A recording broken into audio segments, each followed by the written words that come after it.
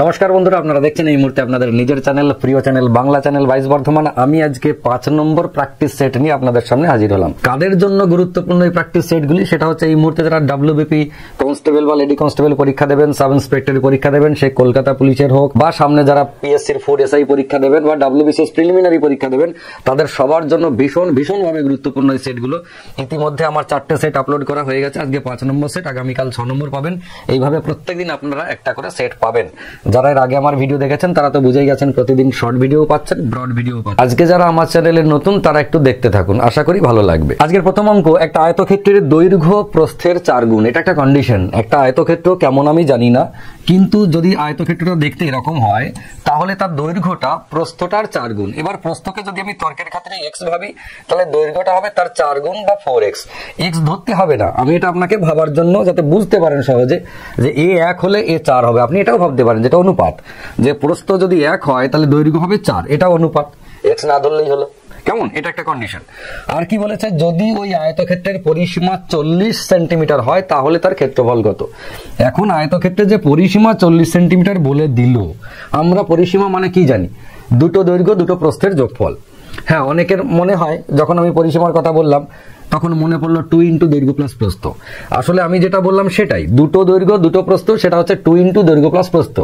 কিন্তু 2 ইন্টু দৈর্ঘ্য প্লাস প্রস্থটা থেকে বেরিয়ে এসে যদি আমরা আয়তক্ষেত্রের পরিসীমার মধ্যে দুটো দৈর্ঘ্য আর দুটো প্রস্থের কথা ভাবি, তাহলে আমাদের অঙ্কটা বুঝতে সুবিধা হয়। কিরকম? এইটার মধ্যে দুটো দৈর্ঘ্য দুটো প্রস্থের যোগফল আছে। আমি যদি ওইটাকে হাফ করে দিই, 40কে 2 দিয়ে ভাগ করলাম, 20 হলো। এটা কি হলো? এই 20টা হচ্ছে একটা দৈর্ঘ্য আর একটা প্রস্থের যোগফল। কিন্তু কোনটা কত সেটা আমরা জানি। এটা আমাদেরকে জানাবে কে? এটা জানাবে এই কন্ডিশন। আমি দেখলাম দৈর্ঘ্য আর প্রস্থের যোগফলটা 20, কিন্তু কোনটা কত সেটা কে জানাবে? এই যে প্রস্থ থেকে দৈর্ঘ্য 4 গুণ বলেছিল, তো কোন আয়তক্ষেত্রের প্রস্থ থেকে দৈর্ঘ্য যদি 4 গুণ হয় তাহলে দুজন মিলে কত? দুজন মিলে কিন্তু 5 গুণ। কেননা এ 1 গুণ আর এ 4 গুণ, তাহলে দুজন মিলে 5 গুণ, দুজন মিলে 20।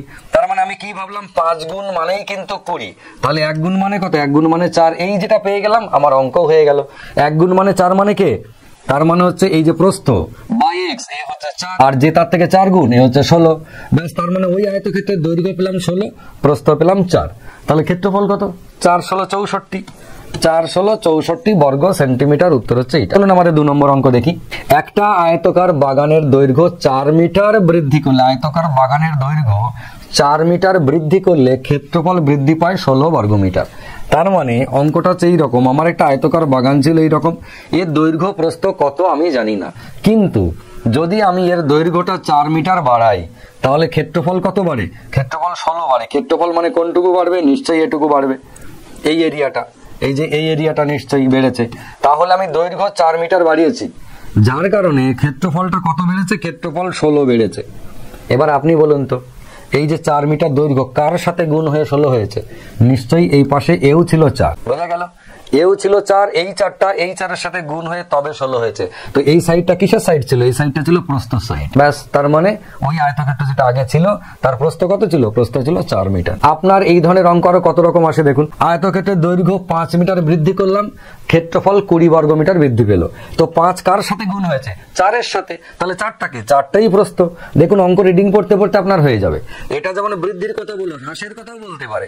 যেটা আয়তক্ষেত্রের দৈর্ঘ্যটাকে আমি 5 মিটার কমালাম, যার কারণে 20 বর্গমিটার কমে গেল ক্ষেত্রফল। তো 5 মিটার যে কমিয়ে এই দিকে আনলাম, যে 20 কমলো, মানে এই জায়গাটা কমে গেল। এই যে 5 কার সাথে গুণ হয়েছিল? এ 4-এর সাথে গুণ হয়েছিল, তবে কি ক্ষেত্রফল 20 ছিল। মানে হ্রাস পেলে উত্তর একই, বৃদ্ধি পেলে উত্তর একই। আপনাকে শুধু একটু লজিকটা সেট করতে হবে, কেন এরকম হলো। আর আপনি এক্স টেক্স ধরে যদি করেন তাহলে মোটামুটি 1 মিনিটে ধাক্কা আছে অঙ্কটাতে। 3 নম্বর অঙ্ক। একটা পরীক্ষায় 70% পরীক্ষার্থী ইংরেজিতে, 80% অঙ্কে পাশ করে, কিন্তু 10% উভয় বিষয়ে ফেল করে। আর কি কন্ডিশন? 144 জন ছাত্র উভয় বিষয়ে পাস। এই ধরনের অঙ্ক অন্যরা কে কেমন করায় আমি জানি না, কিন্তু আমি সবসময় একটা বড় রসগোল্লা বানিয়ে অঙ্কটাকে করাই। রসগোল্লা মানে কি রকম? আপনি যদি এই ছবিটা এঁকে নিতে পারেন তাহলে অঙ্ক আপনার জন্য জলবৎ তরলং, মানে জলের মতো তরল। কিরকম দেখুন, একটা পরীক্ষায় 70% পরীক্ষার্থী ইংরেজিতে পাস করেছে। 70 মানে গোটাটাকে যদি আমি 100 ধরি তাহলে 70% মোটামুটি এইটা আমি বলতে পারি। এই দিকটা হচ্ছে কিসের? এই দিকটা হচ্ছে 70%, এবং সেটা কিসে পাস করেছে? ইংরেজিতে পাস করেছে। আমি লিখে রাখলাম, খুব ভালো কথা। এবং আরেকটা কন্ডিশন কি আছে? অঙ্ক পাস করেছে 80%।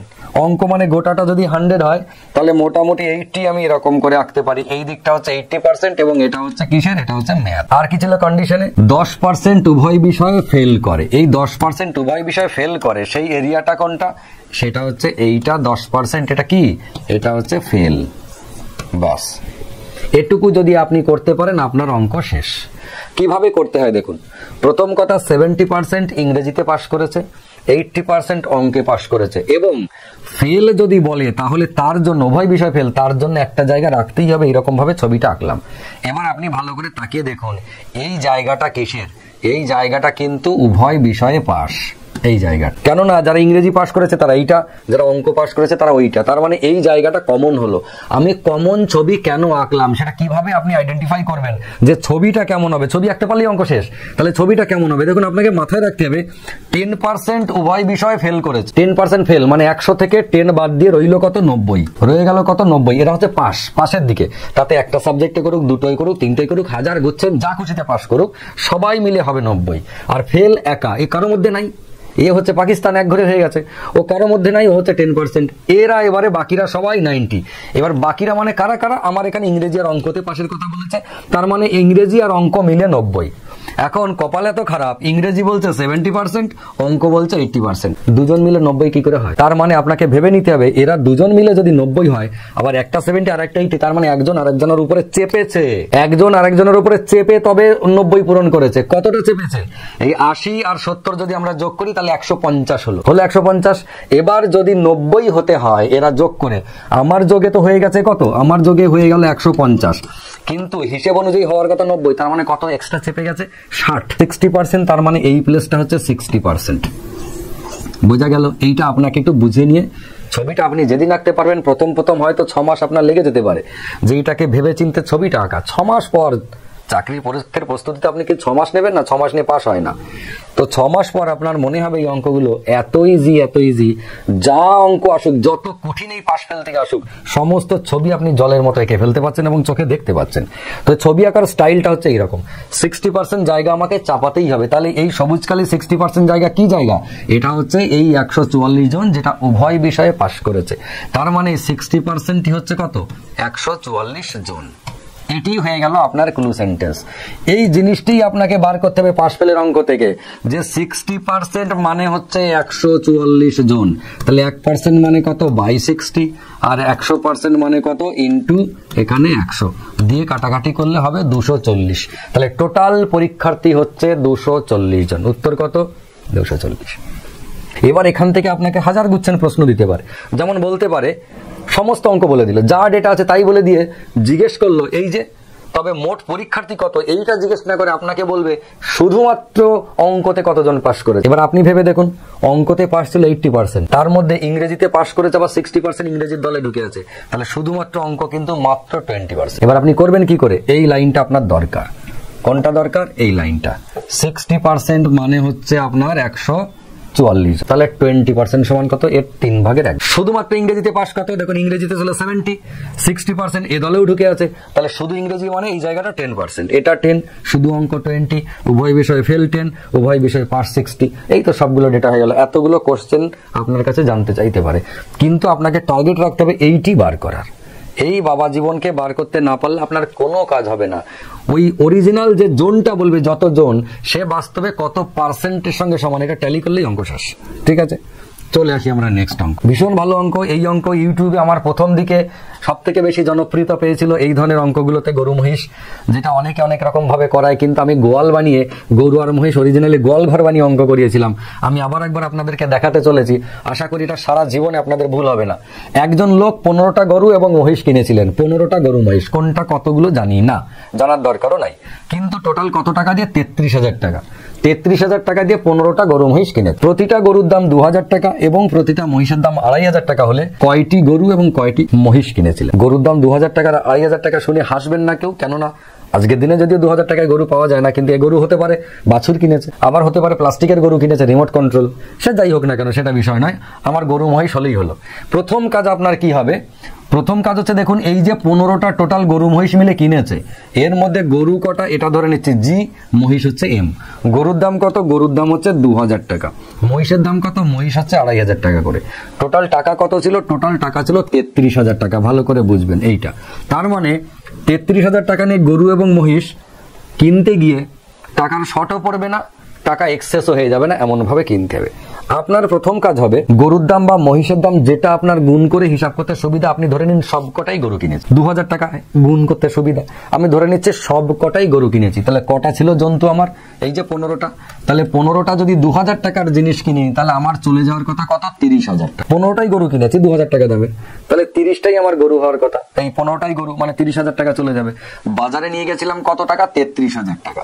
তার মানে আমার কাছে এখনো 3,000 টাকা আছে। 3,000 টাকা কি করবো? আমি তো সবাইকে গরু কিনেছি, সাদা গরু কিনেছি, আর মহিষ হচ্ছে কালো। বুঝবেন 3,000 টাকা যে এক্সট্রা আছে, আমি এটাকে কি করব? গরু আর মহিষের দামের যে ফারাক 500 টাকার নোট, এই 500 টাকার নোটে ভাঙিয়ে নেব আমি এই 3,000 টাকাটা দিয়ে। কটা হবে? 6টা। তার মানে আমার কাছে এখন 6টা 500 টাকার নোট। এই 500 টাকার নোট কি করব? যতগুলো আমি 15টাই যে গরু কিনেছিলাম 2000 টাকা দামি, আমি গরুর গায়ে 500 টাকা করে একটা করে নোট চিপকে দেবো। 6টা গরুর গায়ে 500 টাকার নোট চিপকে দিলাম, দিয়ে 6টা গরুকে মহিষে ট্রান্সফার করে দিলাম। তার মানে মহিষ ছিল 6টা, হয়ে গেল অঙ্ক। মহিষ 6টা, বাকি 9টা গরু, কারণ টোটাল হচ্ছে 15টা। বোঝা গেছে? কি করতে হবে দেখুন, আরো সহজ ভাবে বলে দিচ্ছি। আপনি মনে করুন এরকম করে 3টে 4টে 5টা আপনি গোয়াল ঘর করেছেন, 1টা 2টো 3টে, 3 5 15টা। যতগুলো আপনি গরু মহিষ কিনবেন ততগুলো গোয়াল ঘর বানিয়ে নিলেন। 15টা ঘর কেটেছি মানে 15টা গরু আর মহিষ কিনে এনে ভরে দেবো। প্রথম কাজ হবে দেখুন, আরো সহজ মনে হবে, যেটা আমি ইউটিউবে দেখেছিলাম। প্রথম কাজ হবে প্রত্যেকটা ঘরে 2000 টাকার গরু আপনি ভরে দিন, প্রতিটা ঘরে। ব্যাস, সবকটা ঘরে আমি গরু ভরে দিলাম। দিয়ে আমি 15টা ঘরে গরু চলে গেল মানে কত টাকা চলে গেল? 15টা ঘরে গরু চলে গেল মানে আমার 30,000 টাকা চলে গেল। আমি নিয়ে গেছিলাম ক টাকা? 33,000 টাকা। এক্সট্রা রইল কত? 3,000 টাকা। গরু আর মহিষের দামের ফারাক কত? 500 টাকা। 500 টাকার নোটে ভাঙিয়ে 6টা আমি 500 টাকার নোট পেলাম। যেই আমি 500 টাকার নোট 6টা পেলাম, অমনি কি করলাম? 6টা ঘরে আমি 500 টাকা দিয়ে চলে গেলাম। 6টা ঘরে 6টা 500 টাকার নোট হয়েছিল। তাহলে 6টা ঘরে এখন কত টাকা হলো? 6টা ঘরে এখন 2,500 টাকা করে হলো। তার মানে এই 6টা ঘরে এখন মহিষ রইল, বাকি সব কটা গরু পড়ে রইল। বোঝা গেছে? তার মানে আমার 6টা হচ্ছে মহিষ, 9টা হচ্ছে গরু। আমাদের পরের অঙ্কটা খানিকটা সেই রকমের, কিন্তু আমরা একটু অন্য স্টাইলে করব। অন্য স্টাইল মানে কি রকম? একজন লোকের কিছু মুরগি এবং কয়েকটি গরু ছিল। মুরগি আর গরু ছিল, খুব ভালো কথা। WBP তে পরীক্ষায় যদি আসে তাহলে এগুলোকে চিড়িয়াখানায় পাঠিয়ে দেয়। চিড়িয়াখানায় পায়রা আর বাঘ, মুরগি, গরু সব চিড়িয়াখানায় থাকে, কিন্তু আমরা করছি লোকের ঘরেই দিয়েছি। ঠিক আছে, লোকের ঘরে কিছু মুরগি এবং কিছু গরু ছিল। যদি তাদের মাথার মোট সংখ্যা 48 হয়, মাথার মোট সংখ্যা মানে কতগুলো জন্তু? তার মানে জন্তু হচ্ছে 48। বোঝা গেল? যতগুলো মাথা মুরগি এবং গরু মিলে, তার মানে এটা হচ্ছে মুরগি, এইদিকে লিখলাম গরু। ঠিক আছে, মুরগি আর গরু। এখানে কাউ লিখছি না আমি, গরুই লিখছি, গরু ফর জি লিখলাম। তাহলে মুরগি আছে এবং গরু আছে কটা? টোটাল 48টা। বুঝে নিলাম মাথা 48 মানে দুজন মিলে 48, কিন্তু তাদের পায়ের সংখ্যা 140। প্রচুর পরীক্ষা আসে, বিভিন্ন জন বিভিন্ন স্টাইলে অঙ্কটা করে। আমি একটু অন্য টাইপে দেখানোর চেষ্টা চালাচ্ছি, সামান্য একটু অন্য টাইপ।